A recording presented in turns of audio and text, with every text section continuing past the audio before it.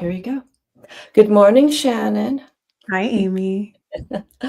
So, I want to welcome those who are coming in to this episode with Shannon Knight of Tarot Diagnosis podcast. And I want to explain how I came across her podcast because, as some of you have seen, I've decided to focus more of my content in podcasts. So, in turn of doing that, I did some research, seeing some tarot podcasts, astrology podcasts, and I came across Shannon's Tarot Diagnosis. You got to have a really good name to bring people into your podcast. So that got me like, okay, let's see what Tarot Diagnosis is about.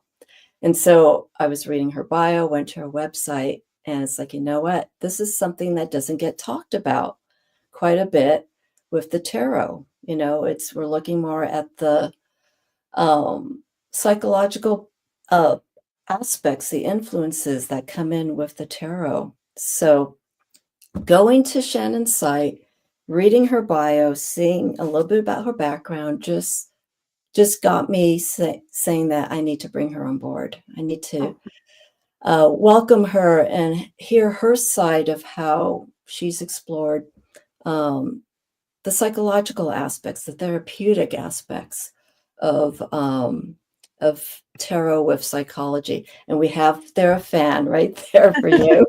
Thank you Thank so you. much. It's so sweet. Thank you for coming and just watching and joining. Feel free to ask questions. Excuse Please. me. Feel free to ask questions.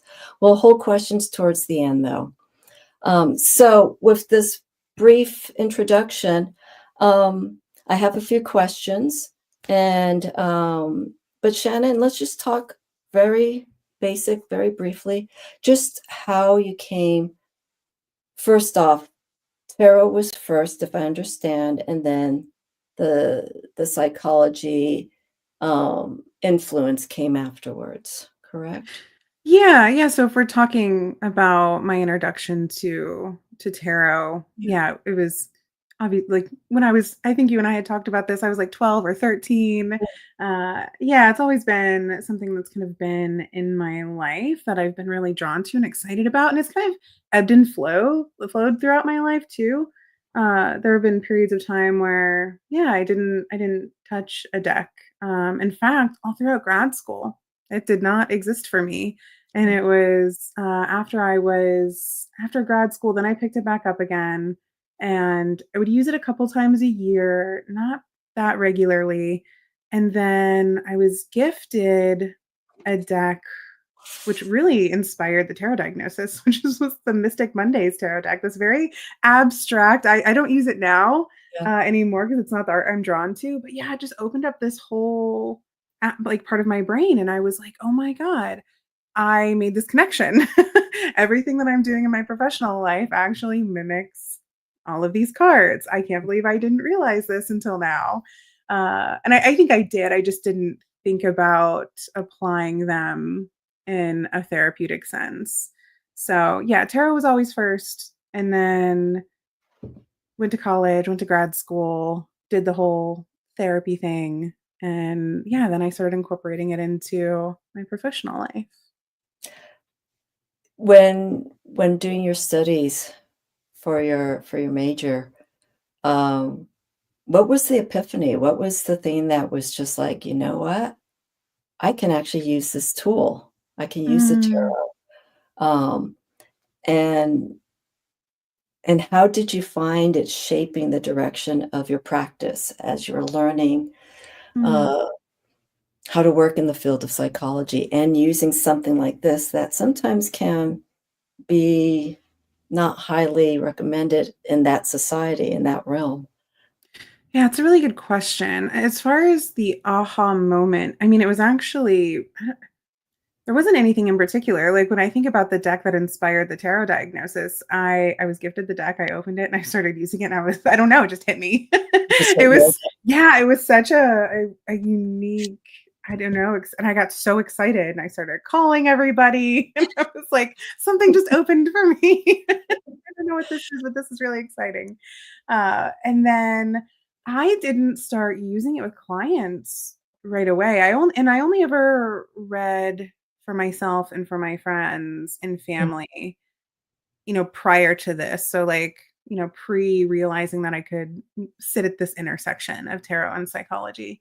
And then once I started kind of experimenting, just reading for people who I wasn't familiar with, that's when I think maybe the aha moment emerged. And I was like, oh, this is a really incredible tool that can help supplement folks who might be having a hard time, yeah, uh, either like connecting with themselves or um, trying to find ways to better understand themselves or the world around them. And it's an incredibly accessible tool as yeah, well. I think that's what was most exciting about it.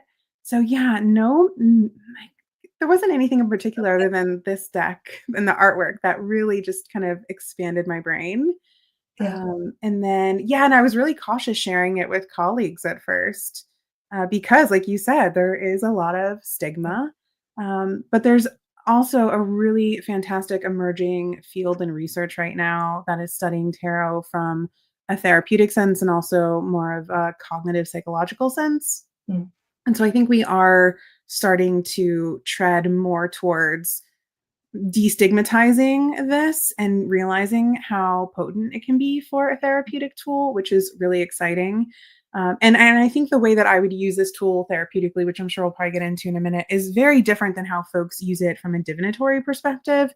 And I think that's where maybe the stigma rests is maybe people in the therapy world uh, being freaked out, thinking, "Oh, you're taking your client's autonomy away from them." And if they're only thinking about it through a divinatory perspective, I could see where that thought process would emerge. But when we're thinking about it in a clinical sense, we're not using it that way at all. It's more yeah. of a thought exercise, and yeah, more of an art therapy modality, really. Yeah, there some of the decks that I've seen that the one deck that I had mentioned to you about that I have that was created by, a psychologist and Oh person who's yeah, done Buddhism and whatnot, and the name is escaping me. Um, and I showed you, I believe, I some of remember. those. They tend to be more abstract, and do you feel when you work with clients that focusing on the tarot or an oracle deck, that the less imagery, like, the less defined an Mm, imagery is, like, we see the King of Cups and all this and the Rider-Waite-Smith, all these really specific, detailed, imagery. Do you feel less the more abstract the image is, it's easier for someone who's coming in to see you or a person who's going in for therapy, that they can tap into things a little bit more? Or do you feel that the imagery that's more defined, that has more information, can be equally as potent? Does that Another make really good sense? I don't question. know Oh, if it does. it makes perfect sense. Okay, And, I think it depends on the person, and this is where what I used the word autonomy a few minutes ago.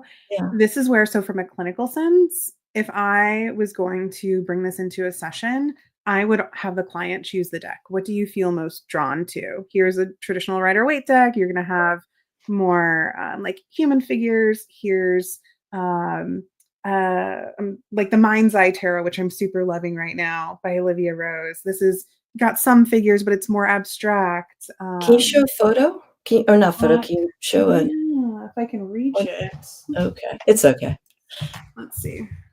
So the Mind's Eye, I feel like not I don't see this deck too much, but it's so beautiful. Let's see. It's still based off of traditional Rider-Waite imagery, but it feels more free flowy.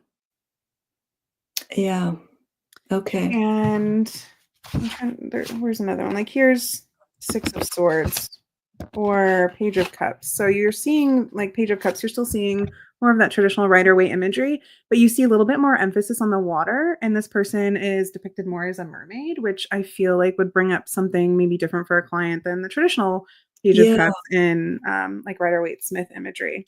yeah, Uh, so, I think again, it depends, but you bring up a good point. Like, would more things come up if it's abstract versus, very traditional imagery? And that speaks to kind of the Rorschach effect too in tarot. yeah, The ink blot yeah, tests, where you would get an image of these ink blots and then be asked, okay, what do you see?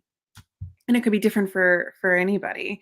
So more of the abstract would benefit, that process Mm, if you want to go that route and say, what comes up for you when you see this? Like what sort of feelings are emerging? What sort of thoughts or narratives might be coming up for you? But I feel like you can ask the same questions similarly with the traditional imagery, the traditional Rider Waite decks. it's obviously going to trigger something either way, like, Yeah. let's say you have the Page of Cups from that deck, and then you show a Page of Cups from another deck, let's say like the Doff. Wow. Right. When you go to decks that have very strong persona, very strong energy, and then a deck that's soft, obviously Yes. it's gonna move things in a different way. Um, Absolutely. Yeah, and actually that makes me think of the Somnia Tarot. I don't have it next to me, but that's another deck that I really like as well because also all the figure although some people it might make them uncomfortable because all the figures are shrouded. And the creator Nicholas Bruno is a photographer and he created the deck based on his experience with sleep paralysis. So there's also a psychological component there. But that's interesting because the figures are shrouded, you can still tell that they're human figures, but you're not getting the facial expression. So you're yeah, really able to project kind of your own internal world and experiences onto these figures, yeah, which is also nice. yeah. It does challenge you because there's a deck I was, gifted about a year and a half ago. It's the Ethereal Oh, Tarot, yeah. and it's very dark. It's very Mm, dark, but it was gifted to me at a time when, um, my father had passed away, and I mm, was just in that space, and it just felt good because it put me, like, in an underworld environment, and that's what I yeah. was feeling, and I think if I wasn't in that headspace, I can get to that place, but I feel that deck just opened it up for me, it just made it Mhm, easier, and it allowed me to just kind of free flow through these different characters, these different mhm. scenes, but all dark, and it's a deck that I can't read with anyone. If someone's going through a challenge, I will bring out a deck like that, but, you have to be mindful, Right. keep in mind the imagery and what's going on. Um, so it's so important. I want to Someone posted, here we go. I'm just gonna share this comment here. I share my tarot and spiritual Oh, practice with my counselor. I love that. I get so excited when people tell me they bring tarot into their therapy sessions or they introduce it to their therapist because, yeah, like a lot of therapists aren't familiar with this. It's a very niche group of us. And I love to hear that therapists are so open to exploring their clients' practice with them. That's amazing. Do you have any clients that maybe when you've introduced the tarot that they're now coming back to you and they're sharing their experience with you through the tarot? Or Yeah, so typically, and also before I answer that question, I just want to validate what you were saying about the ethereal tarot that you use because I feel like it really speaks to one. It can lead us all down the road of having too many tarot decks because it's like, oh, I need a deck for kind of like everything that I'm experiencing. But I feel like you just spoke to the power of imagery Oh, and yeah. how that specific deck allowed you to sit in a space that maybe would have been uncomfortable for someone else to hold for you. Because when you're in that type of space, like it can feel really isolating. No one knows exactly what it's like to lose your parent. And Mhm. so when you have a deck like that, that you are able to really allow yourself to like become submerged in, I think can be really healing in and of itself. So I'm really Yeah. glad that you had that experience. Yeah, I mean, I was already in it, but to just visually see it Mhm. from that deck's perspective, it felt good, and also because I have double water in Oh, my yeah. chart, it just felt comforting. There were some issues, with some of the imagery, um, but I felt fine, just the more I Yeah. spent time with the deck. So there are decks like that, shadow decks, revealing, you Right. know, and they can be comforting during times of challenge and heaviness. So, those decks Absolutely. are important. They are very important to Yeah. have. So I'm glad Um, you had that experience. yeah, that's what tarot right? We have our light decks, our dark decks, our medium range decks, or there's something for everyone there. Um, I want to talk a little bit about your technique. Mhm. Obviously, don't give everything away, but how is your approach when it comes to taking in a client? I assume Mm. that you are there times that you have to turn away clients or potential clients?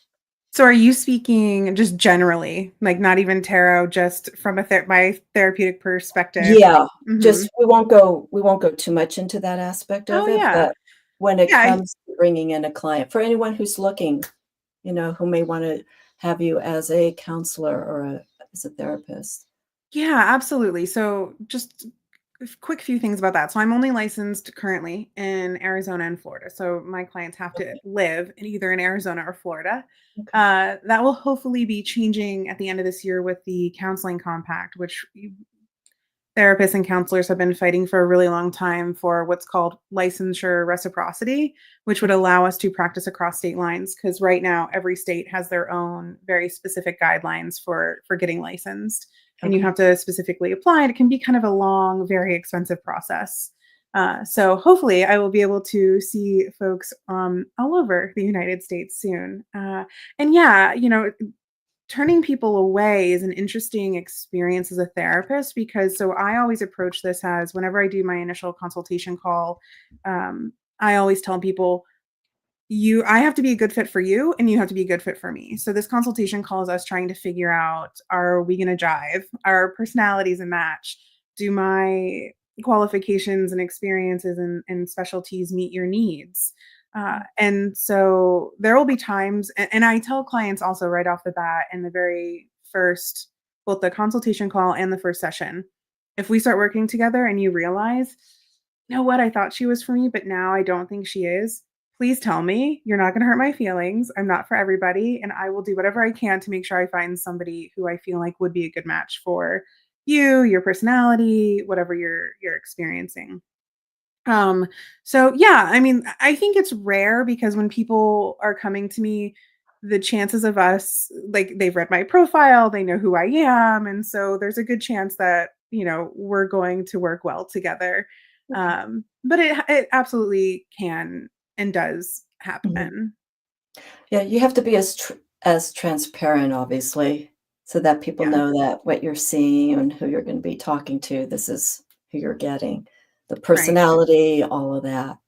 And I Uh, think it's important too, like, I don't bring tarot into every session.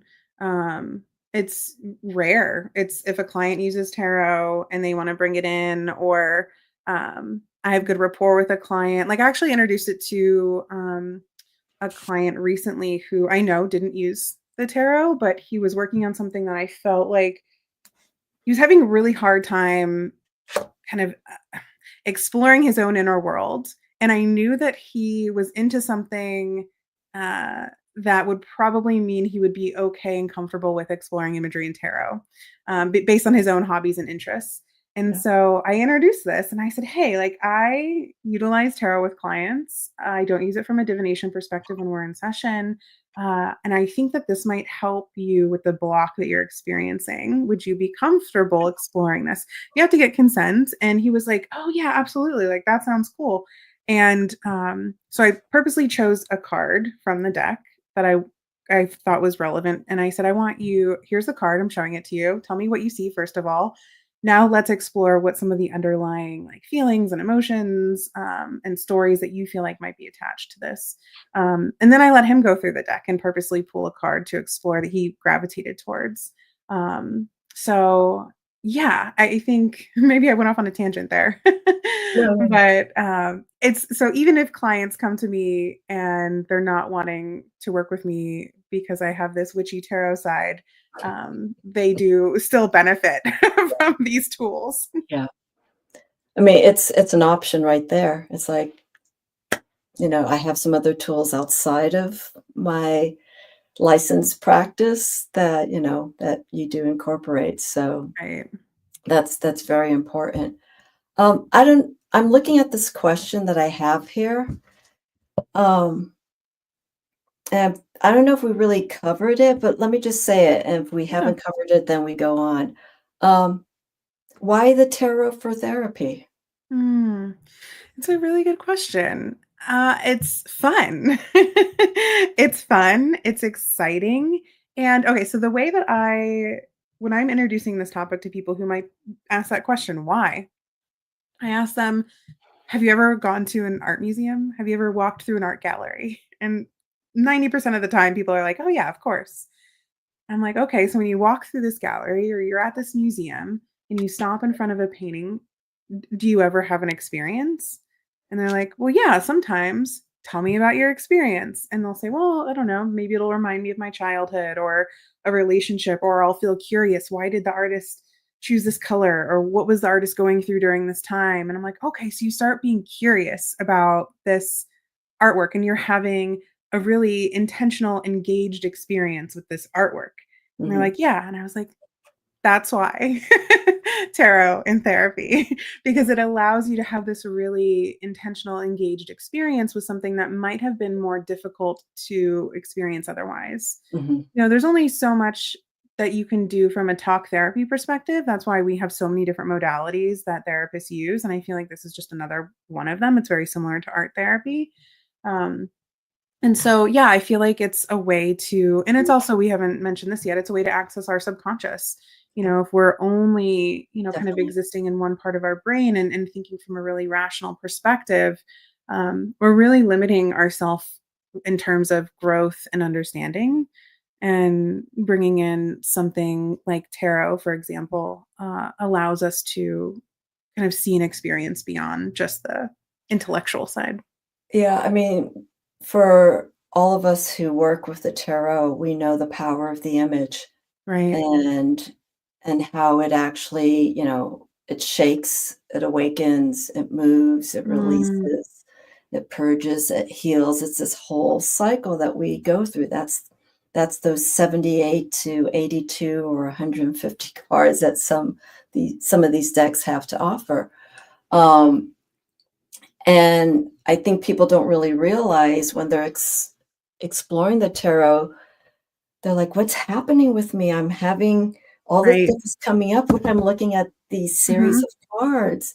What's going on?" It's like, "It's fine. You're just Yeah. reaching a part of you that you couldn't put into words, but an image or a scent, we smell something, Mm, or mhm. something that someone says, Yes. and I've been thinking a lot about this. It's gonna be something that I wanna talk about in the future, is how our environment is a nonstop of, um, attack to our senses Mhm.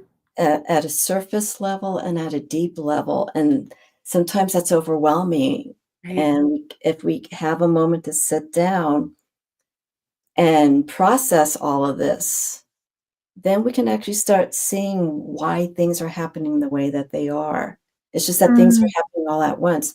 I'm listening to you, I'm watching you, right. um, there's sound going on in the background, there's all of this, so there's a lot that the mind is taking in. But when we look at an image, we can almost process all of that in one setting.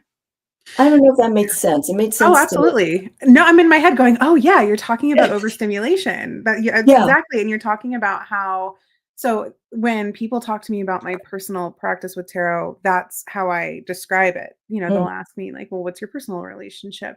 And it forces me to be still because I'm very aware of my experiences of overstimulation the way that you just described them. I can be very much in my head. I can have all these thoughts and I hear the birds over here and I hear the cars outside and my dog wants to go out and I have all these things. I have like 20 million notifications on my phone and your attention is being demanded by all of these different areas that we don't have control over. And so tarot is very much a form of meditation for me. It allows me when meditation itself can be very difficult. I used to have to force myself. I used to be like, "Oh, I need to sit in meditation for 20 minutes." And I realized I was being so rigid and it was causing harm because then I was upset that I couldn't sit in meditation for 20 minutes. well, And then I realized, oh, tarot's meditation for me. Speaking of overstimulation and noises and attention, that was great divine timing. And I think it I was love like that. a junk call or something, That's those, so funny. Yes, and so, yeah, tarot allows us to, or me at least, I'm sure other people experience this, shuffling the cards in and of itself mhm, is an exercise in stillness. It's an yeah, exercise in mindfulness. It's an exercise in letting everything else go mute around you. yeah. So yeah. There are times, many times that after I get home from work that's not even related to the tarot, and I feel a calling, it's like, I just gotta get to my cards. I just feel like I need Mm, to just shuffle a particular mhm. deck. And then something comes in, and I'm like, I just wanna get to a deck right now. I just feel I need to connect with a particular deck, and, um and when I get to it, it's just that, it's the motion, you take it out the bag and whatnot, and then you're like, and You're speaking to ritual. yeah, you're Mhm. releasing all this energy, and Yeah. that's why sometimes I don't for the most part, I don't even ask a question. I just let Right. whatever's Same. happened. Yeah, whatever's happened for the day, whatever I've connected with at that particular moment. One thing I've been doing recently is it's not a form of eavesdropping, maybe it's spiritual eavesdropping, but, um, the shop that I was working at to do readings at, when there's a break, I I get earshot of a conversation, I'm just listening to it, and then I have my decks in front of me, and then I'm just like, "Okay, let me get this deck," and I just start shuffling, I just start and then a card pops up, and I'm like, "Okay," and then I start building a story based on the Mm, conversation that I'm yeah. hearing, because it's how I'm connecting to it, and it was just, like, very, very funny. And that's an Um, exercise in creativity too. I have so many wonderful colleagues and other like fellow tarot practitioners who utilize tarot through a creative lens who are just absolutely brilliant.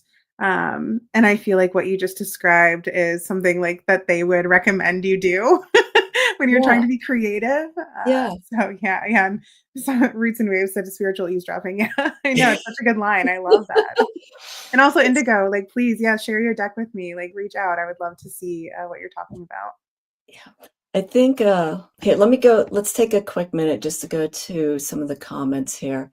Ange of Roots and Waves is just pointing out, um, there we go, Mm, just the way to apply. So, the process that you were mentioning earlier, um, mhm, would this allow you to go and have clients nationwide, or is it certain for the states most that part. really? Yeah, so there are I forget exactly how many states are, have agreed to be a part of it's called the Counseling Compact. I think it's the majority of states right now. I don't think it'll be all 50. I mean, I think that's what they're aiming for, but we needed a certain amount for it to go like, pass legislation. Okay, And I think we needed 28 and we're well beyond 28. So yeah, which I think is wonderful because a lot of people in more rural areas who don't have access to quality mental health care can now maybe see someone who lives 2, 3 states away who that's they can great. connect with, who maybe they wouldn't otherwise have ever Yeah. been able to connect with. That's wonderful, Yeah. because Hopefully I that know, happens. especially when you're online, you're getting people from all over, and they're like, Right. "Hey, I'd like to bring you on. I'm in New York." I'm like, "I don't know Right. what's in New York," Right. you know, Exactly. and it becomes something different. Yes. Um, okay, let's see here. Did I put this up here? Yeah, Mm. let's see. Yeah, Yeah, very, visualizations absolutely allow you to open up a lot of different emotions and thoughts.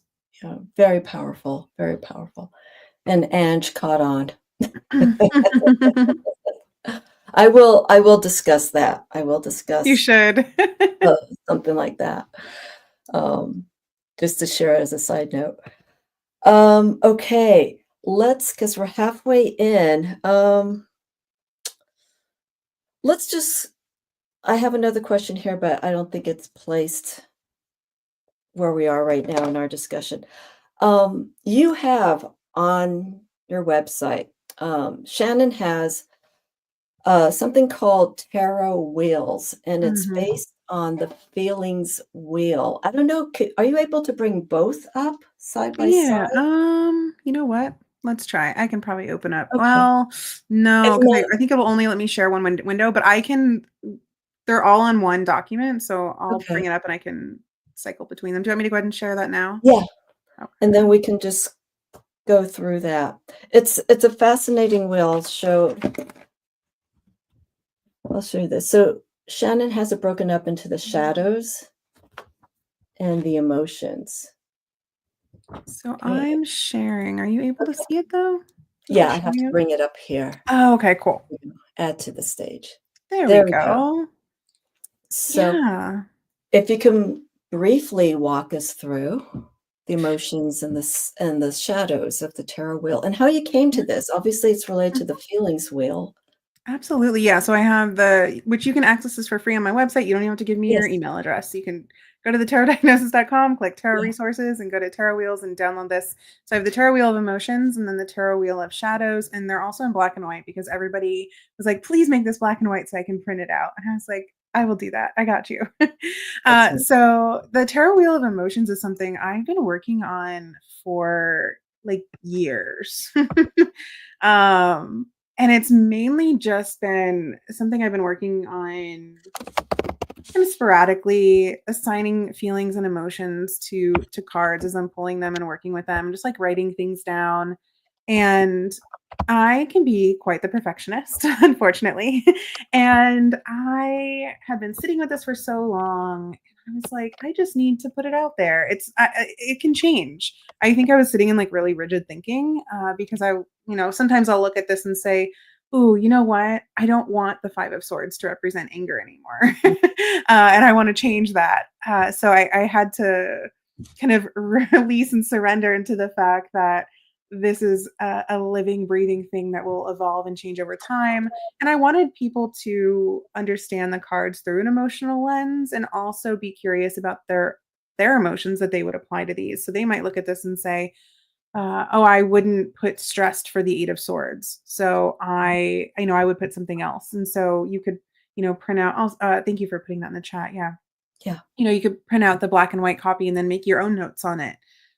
Or, if you are looking at this, and you look at anxious, for example, we tend to think of only the 9 of swords when we think of anxiety, but we don't think of 5 of wands or 7 of swords usually when we think of anxiety. So it's also an exercise in, okay, let me challenge myself to step outside of the traditional meanings that are typically associated with these cards.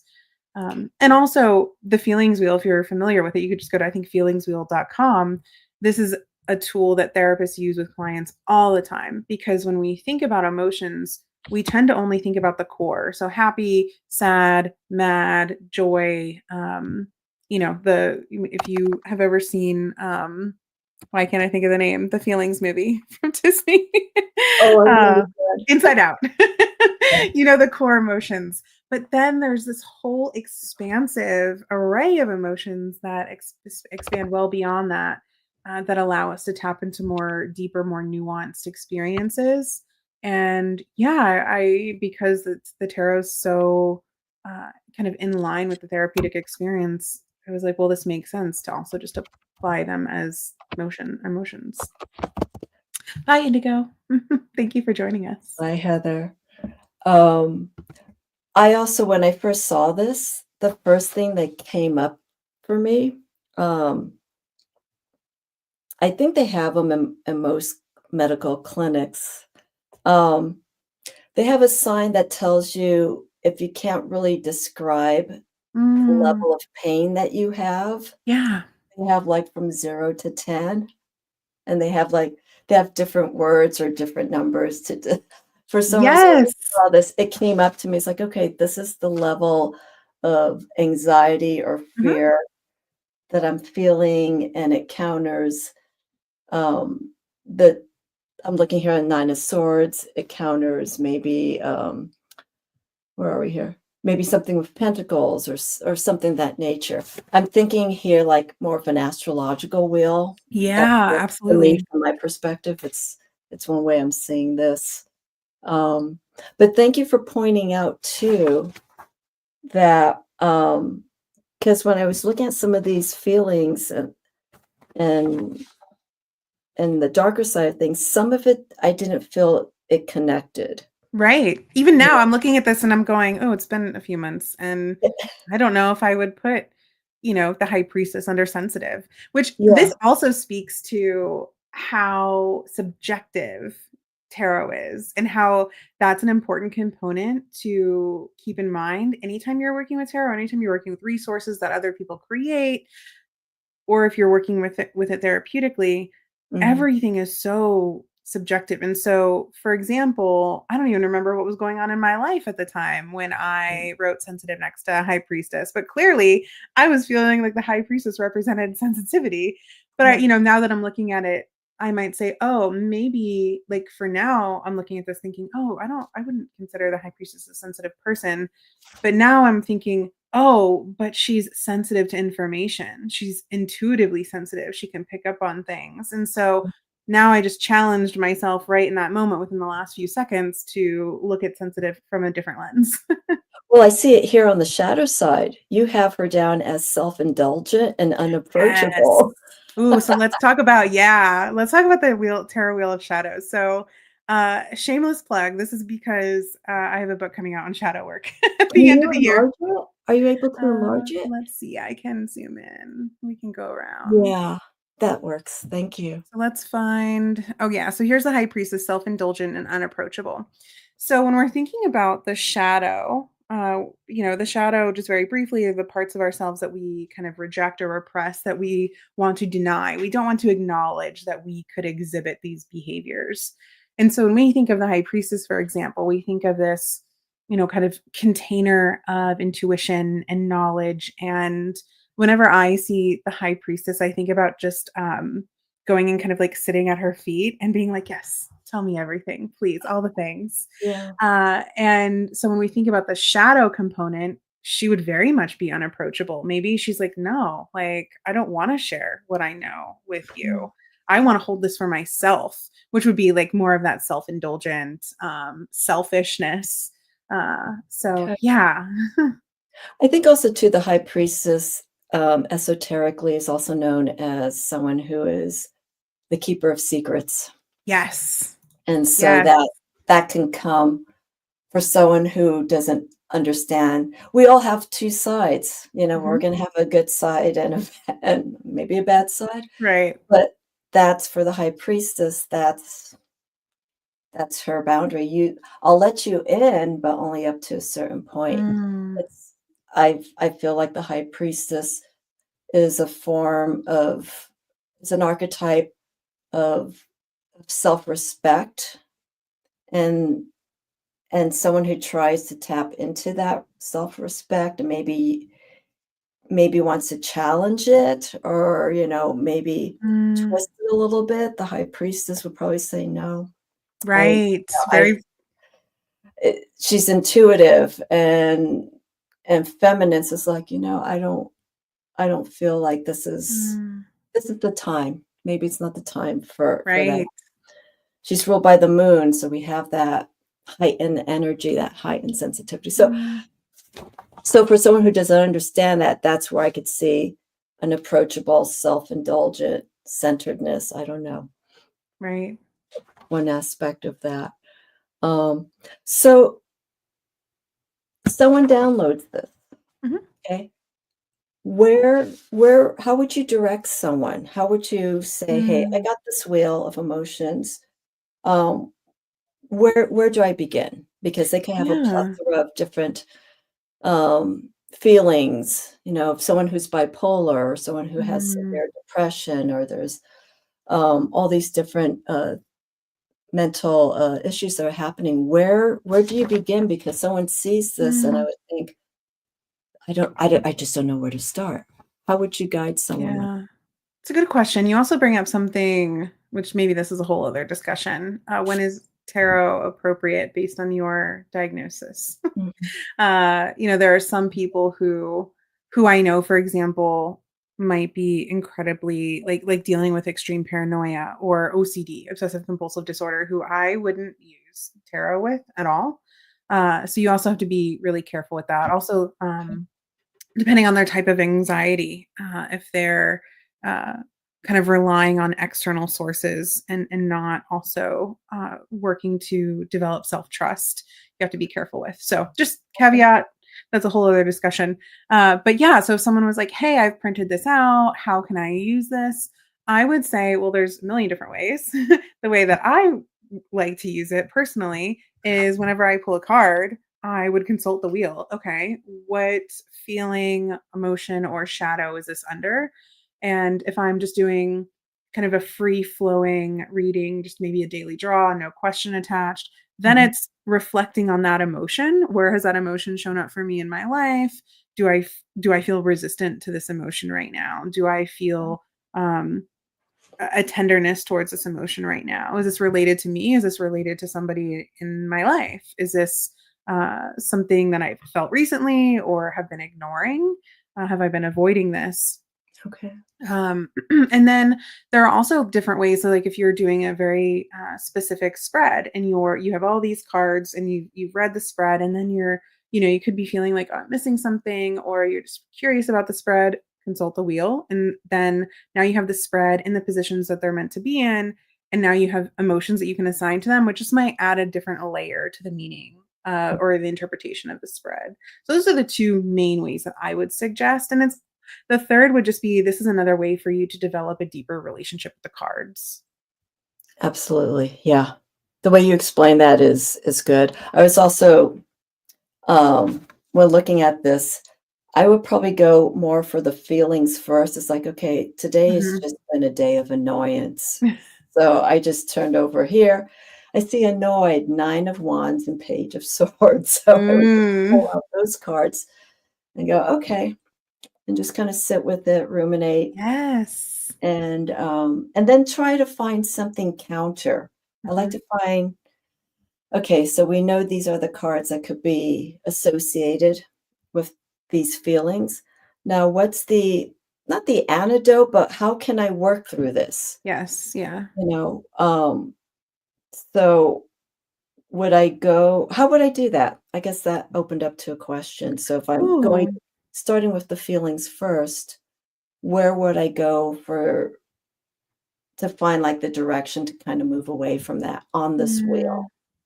So you're speaking to something that I'm currently trying to develop right now. And so no, it's I'm so funny. jumping I'll talk ahead I'll talk about it, and if, like, it is briefly. what it is.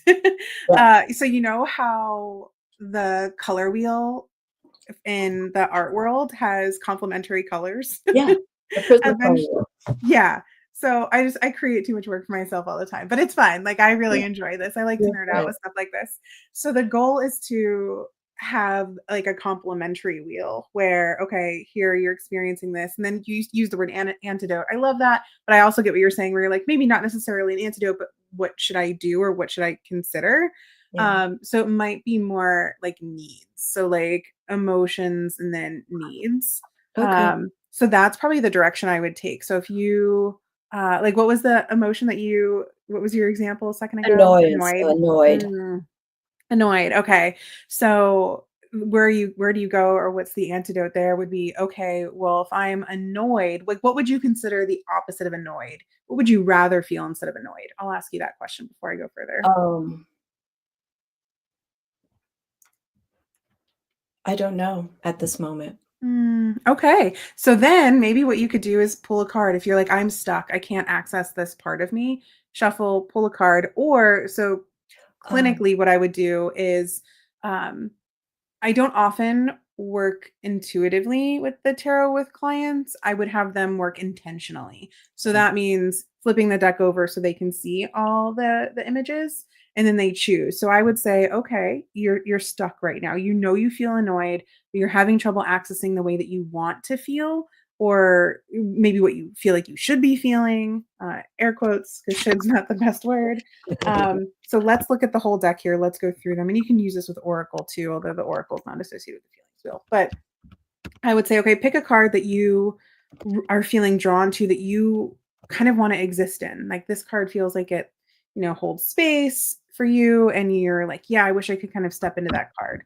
Like maybe, for example, instead of feeling annoyed, you're like, oh, I want to feel the sun. I really love that imagery. I want to Mm, step into that card. okay. So then I would say, okay, let's pull that out. Let's work with that. You can even move over to the wheel of emotions and see that the sun is under joyful. And it's like, okay, when's the last time you felt joyful? What were you doing? Is it Mhm. possible for you to explore those same things today or this week so you can step out of that feeling of annoyance? Okay. That makes sense. It's it's hard because annoyance is something that's I know it's very temporary, but Yeah. at that moment, it's just like, what can I do just to get out of this feeling? So Um, something too, though, is you also should be asking yourselves, why do I want to get out of this? Why am I not comfortable just sitting with this? Why do I want to leave it? And what would happen if I just stayed here for a moment until maybe the feeling passed naturally? but I do, that's why I said it's temporary. Oh, okay, good. Yeah, because 'cause I'm aware of it. It's like, "Oh, okay, Mm, alright. Let me just go through it." But I I think that's my answer, yeah, that I shouldn't have to find, right. something to get out of it, just like we were talking at the beginning. Let's just kinda go through it, experience it, because Hmm. we know it's going to pass. Right, The exactly. annoyance will leave the room and lock and go out the door, and then that's it, I'm better. Exactly. Yeah. Whatever it is, You don't have fix to it. chase it away. Yeah, and like what Andrew's saying here, instead of annoyed, I would rather feel at ease, Yeah, that was my especially first thought too. Yeah. but thank you for kinda directing me in that because there are situations that come in, I'm just like we were saying earlier, we just gotta ride through it, so there's Right. no reason to kind of avoid it or anything like that. Um, okay, let's anything else you wanna touch upon for the will Mm, that, we no, haven't there's covered? if Because you're we could do an interested, you entire can. episode on I know, I this. was gonna say we could go through so many, but yeah, they're there for you if you need them. I can Okay. stop sharing my screen now. Really quick, the colors, how did you come to the colors on the wheel? Oh, they're my branding colors. Okay, Yeah, okay, it's that simple. okay, Yeah, I well, had my best friend's a little tech wizard, and so I was like, "Please help me." okay. 'Cause I was looking for color association, and you have, like, a dark beige color for angry frustration. No, Yeah, it's not the colors don't red. matter. No, Okay, that's why a few minutes ago when I was like, "Okay, here's something I'm working on," but, like, I haven't talked about it at all. The color wheel, I am trying to associate with okay. the tarot and 'Cause yeah, I'm so used to that. Because 'cause I'm used to having an art background. Is like, right. why is happiness, like, red or, I don't know, black or something? It's like, "Come It's on." just my branding colors Yeah, because it it's looks all good. pretty. It's all good. Just wanted to make sure I wasn't missing Yeah. anything. No. Um let's touch upon some of the products that you have so people know that outside of you being a therapist that you have tools that people can get on your website. You have something, the tarot therapy journal that is actually Oh, set yeah. up with spreads that you can do. If you can talk about that, and then I have one or two other things we'll try and squeeze in. Sure. um, Yeah. So I have, are you talking about the Tarot and Self-Discovery, this book, the spread book? yes. Yeah, so this was really just created because um, the people who engage with the podcast are just really some of the most incredible people. I feel so lucky to have a community of just wonderful, warm folks. And I kept getting this feedback of, I wish I had your spreads all in one place.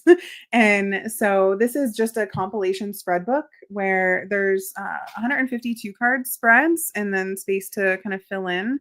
This is like quick and it's kind of unconventional prompts like, my inspirations of blank, pull a card, lead me to blank. And then there's more robust spreads that are like three or more spreads. Here's one for exploring my frustration and then personal growth. And if you don't want the hard copy, you can also get the PDF online as well. And then I have the Year of the Hermit, which is a guided journal, which is really exciting. So this is all about the year because we're in a hermit year. And so there's a prompt for every single day of the month. And I purposely made the spaces small because I know for me, which I'll show you just where I've kind of journaled, I get overwhelmed easily when I'm trying to write. And so this forces me to just stay really brief, Concise. a couple sentences. Yeah, I think that's good, and also the few pages that you were showing of the spreads, they're not big spreads. Right. It's Not overwhelming. yeah, yeah, and I think when Yeah. when you're using the tarot for therapeutic, healing, mental, um, issues is don't overwhelm yourself. Right. Because my prompts are already uh deep enough, and Yeah, so I try and there are a few times where I think I created a spread the other day to complement the latest podcast that I think is 5 or 6 cards. So that would probably be the most I ever do. yeah. But for the most part I try to keep it under 5 because the prompts themselves are always a little robust. Yeah, I mean, you're going into a deep place. You don't wanna have a 20-card spread because it's just like, Right. I just lost everything." Yeah. It's and you're particularly focused on just, like, 2 or 3 cards out of a Yeah. large spread because they're speaking to you. Right. So you wanna address that energy. Um, Another thing I saw on your website, and I wanna talk to you about this outside, is you have a tarot conference. Oh, yeah. Oh my goodness. So I have Which, not even, like, yeah, I officially wanna pick your announced brain anything on yet. that. So there's a couple things going on. I'm super excited. June, this for the summer solstice, we're gonna have it'll be a virtual conference, and I'm getting together a group of folks, both therapists and tarot practitioners, astrologers, all of my kind of like Good. favorite people that I just enjoy the work that they're doing in this field in this community. And yeah, we're gonna get together and hang out. There's gonna be like 4 or 5 presentations each day. Um, and I feel like it's so needed right now in the world for us to have a space where we're just kind of converging and holding space for each other. So and then hopefully another thing in the works is an in-person gathering in October that I'm co-hosting with a colleague who's a tarot author, Amanda Hughes from Hate Blue Creative. She's remarkable. So we're working together to hopefully bring an in-person tarot conference retreat gathering Oh, situation that's that hopefully great. will be annual. So yeah, lots of cool things happening this year. Where's the location? We're meeting today actually to try and we Not yeah, yet. it will be in October, so there's plenty of time, but we're hopefully solidifying the location today. Okay. So we will see. That is wonderful. When I saw that, it's like, "Oh, great, she's now definitely expanding." Yeah, I'm And trying to. I miss connecting with people. We're so virtual now that, it'd be nice to be in person with folks too. yeah, and you have here the symposium. I'm at your Mhm. site right now. So Yeah. So the symposium is my version of like my little social media community for the tarot diagnosis. So it's such a special place. And each month we gather and have at least 4 live events. So I host a live workshop every single month. And if it's not me hosting the live workshop, then it's another expert in the field. Like this month, I had uh, a professor of psychology come in and talk about tarot and cognition and memory. So we get really nerdy. And then we have a book club where we talk about different tarot interpretations through a tarot author each month. We have the reading room, which is really exciting, where folks gather and pull cards for each other, and they really practice getting the experience of reading. And that has been the most incredible space because wow. you really get to see people's confidence just blossom from when they first come in and they're timid and shy and they're like, I've never read for anyone before. And everyone is so kind and welcoming. They're like, hey, we got you. And people stumble and they forget different meanings, and the chat's always on fire. And someone kind of comes to your rescue and says, what about this? And then we have a new moon circle, which one of the community members runs. So each month we have a new moon circle where we gather, and she leads us in meditation and journal prompts, and It's just a really special, cozy place on the internet. And this is all online. Yes, yeah, everything's online. Yeah. Okay. Wow. I think that's one of the things too, is and because we're in a community of tarot and talking about all these things relating to the tarot inside and out, we think it's a large we it being inside of it, we think it's a large community. Right. But when we go outside, there are people who still don't know about the tarot.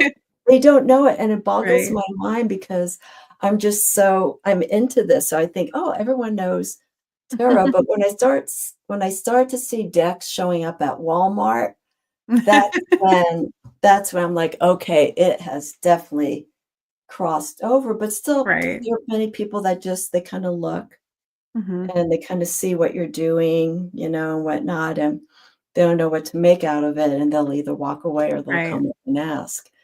So, tarot is still hidden, In in a many lot ways, of yes. areas, and I just have to get used to, like, people not knowing that, and it is what it is. Um, what are the last few words that you could say? If anyone has any Mm, questions, we have a few minutes left if you'd like to direct a question to Shannon. Um, just put it here in caps and I'll post it here, or Shannon will see it and she'll answer it for you. But in the meantime, what are some thoughts that you can leave the people mm, who are watching this when it comes to um, working through certain issues? What's actually this goes back to the question that I was holding off on saying mm, is what are the ways that we can do self-healing? mm. Um, with the tarot outside of the wheel, but Right. what's your perspective on that? So I like to use the word perspective because that's where I was going to go. Oftentimes, we are so stuck in our own perspective. And this is where it's kind of, it can become kind of tricky because in some ways, the tarot allows us to step outside of ourselves and see things through a new perspective. However, at the same time, tarot is an incredibly projective tool. So we are projecting our own self, our own experiences, our own thoughts, our own emotions onto the card. So my suggestion to people is to always be curious. So asking yourself, what's another way to think about this?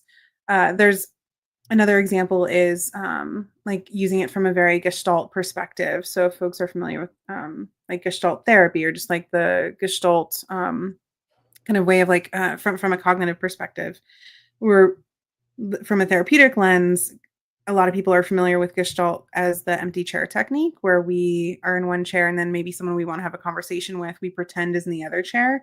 And we can take that and apply it to tarot. So it's like, okay, here's an archetype that represents me. Here's an archetype that represents this person that maybe I'm in conflict with. What might this, archetype say? Or let me pull a card and facilitate this kind of like back and forth dialogue to help me process in ways that maybe I wouldn't have been able to process before because I was only seeing things through my lens, my Yeah, perspective. So, but at the end of the day, I think tarot is a thought exercise. And so I would encourage people to go into it being curious and allowing it to kind of like open doors and to access thoughts and experiences and different ways of thinking yeah. than maybe they didn't have previously. That's a good end to that question because, um, I think also when it comes to therapy or any form of healing, you need to be open for it. Right. Don't don't come to the table and say, "Oh, I guess I gotta go to therapy," and they just sit Right. there and it goes in one ear out the other, and you're just wasting time and money on both sides. You you have to be open to this and to do the work, just hands down. Yeah. A lot of issues would probably be resolved if people would just have that tenacity and Mm, self-dedication to take care of yourself and be serious about it. mm, And so I say it like this because of the times of doing readings, and I know I'm reading for someone who just wants to just see what the cards right. are gonna say. And I tend, for the most part, to say, "The way this works is you have to do the work. I'm not making Right. this happen. You gotta do the work." And they're Mhm. like, "Okay, thank you." ching, ching, ching, ching, ching, and that's it, and they're Right. gone. I'm like, they're not going to do it, Mm, and um, so it's nice to see, and I don't know if you've had this experience with clients that you could sort of tell that they're only going to go to a certain point with their mm, healing, and then they're just going to walk away, right. and we can only hope for the best, or they'll come back years later and they're Mhm. like, I really faltered, and Or I'm ready now. yeah, you know, Mhm. I'm sorry I didn't get back to you, but things have happened. So, Yeah, and we have a saying in the therapy world, we have to meet our clients where they're at. We have to be mindful of that. mhm. I think that also goes in relationships. Yeah. Yeah. It's like, I'm meeting you where we are right now, so where's your part in the deal? Right, You know, right. it's Absolutely. it goes in that sense. I'm gonna leave this here for you with Nancy. Mm, Yeah, that's her amazing, husband passed Nancy. away not too long Mm. ago, and we've been in touch, Oh, and, good. she's Nancy, you know how much I care for you. You're just the Oh, soul, and, another person who has grown in the years by watching her YouTube channel and interacting with her online. oh, It's that's amazing. I'll have to yeah. check her out. I'm a YouTube newbie. I just started putting my podcast on here, so I feel like it's a whole other world over here. I'm like, I've been missing out. I need to get on YouTube more. There's some It's cool people different. here. It's different. Yeah, So funny, we're flipping switches. You're now moving towards YouTube while I'm trying to go right. more with the podcast. But it is a different world. It definitely Yeah. is. Um, so I want to look at anything here on my list. I think we actually covered most of everything.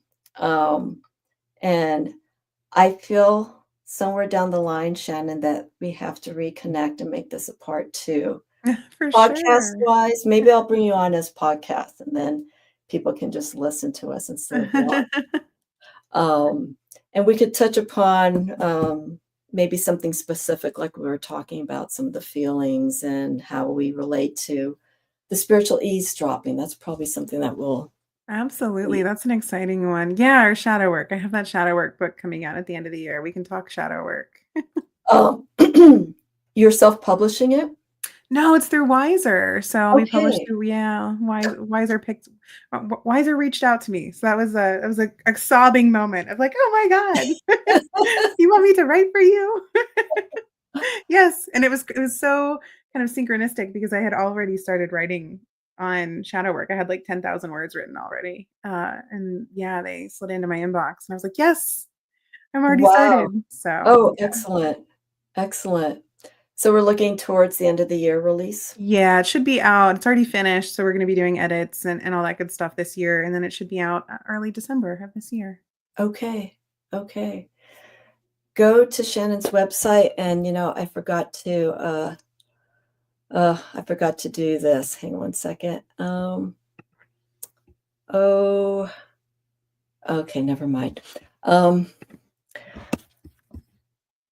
Ange had already posted it earlier, but I'm just gonna leave it here. I'm sorry, everyone, just bear with me here.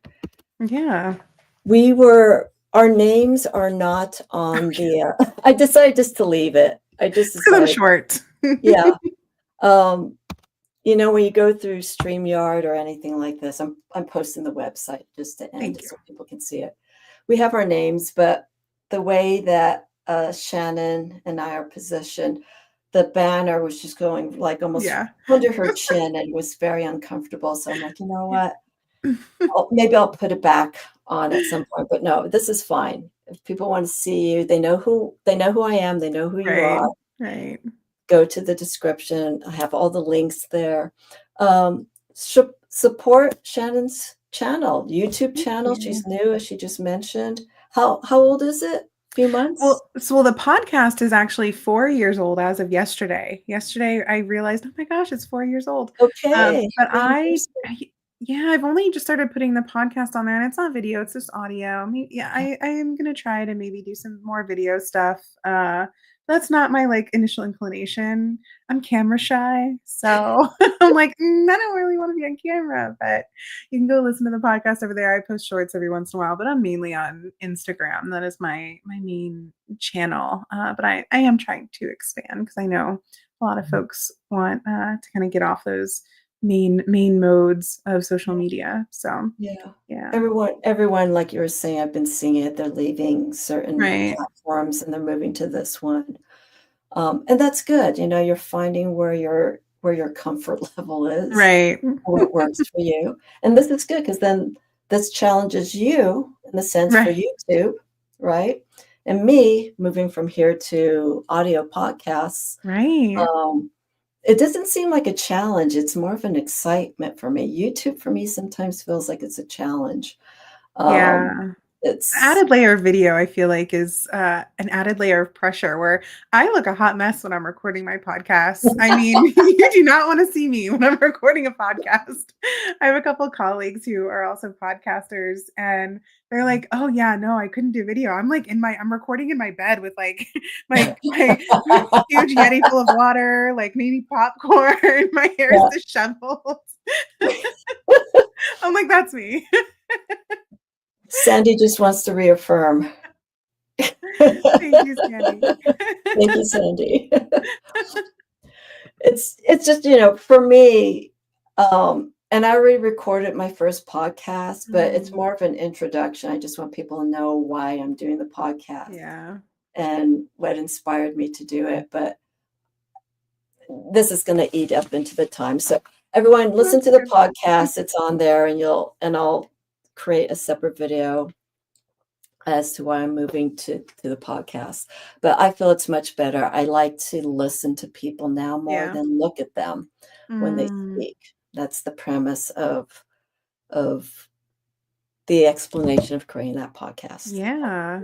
That. I feel you. I'm very similar. I like to be moving around my house when I'm listening Mhm. to a podcast. I'm doing dishes, I'm cleaning, I'm playing with the dog, but Yeah. I want like something going on that's stimulating, or I'm driving.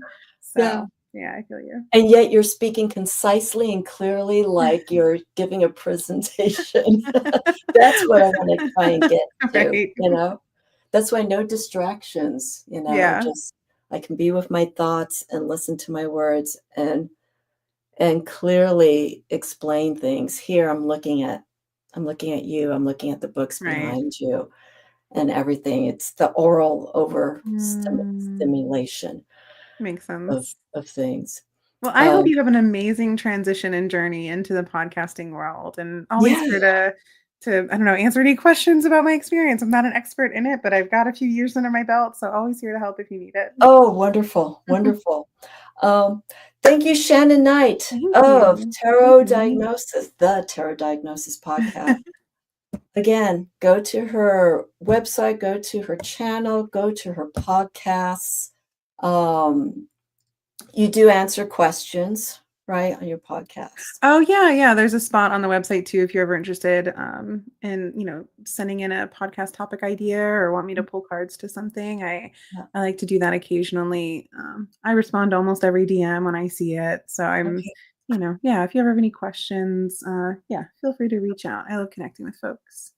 So there you have it, Shannon Knight. She's available. She's open-hearted, open-minded, extremely smart and brilliant. Oh, So thank you. a very thoughtful person. Obviously, as you can tell as we're talking, it's just moving very nicely. And I think Good. that's one key thing, as you mentioned, anyhow, when finding a therapist of any sorts, you got to find a nice, safe place, something Yeah, someone that you feel that you can talk to and feel like they're almost like a friend, a right, family member. right. So you may have a potential new family member here, which Folks are always welcome to whatever nook and cranny I am on the internet. there we go. All right, everyone. Thank you so much, Shannon. Stand by as Yep. I close this. I will be back with content. Just give me some time. I do have plans to do a recorded episode. I'm going to see if I can work on it this evening and post in the next 1 or 2 days. I will be doing live readings as well because I have some changes in my schedule. So that will hopefully be opening up. So stay tuned for that. Everyone have a wonderful week. We are now in the sign of Pisces. So lots of deep, deep, deep work, lots of work here. And we're rounding off the end of the astrological wheel. So we're going to be feeling a lot of changes and shifts, if not already. So hang tight, be kind to yourself, and everyone have a wonderful week. All right. I will see you all again soon. Shannon, thank you again. Thank you.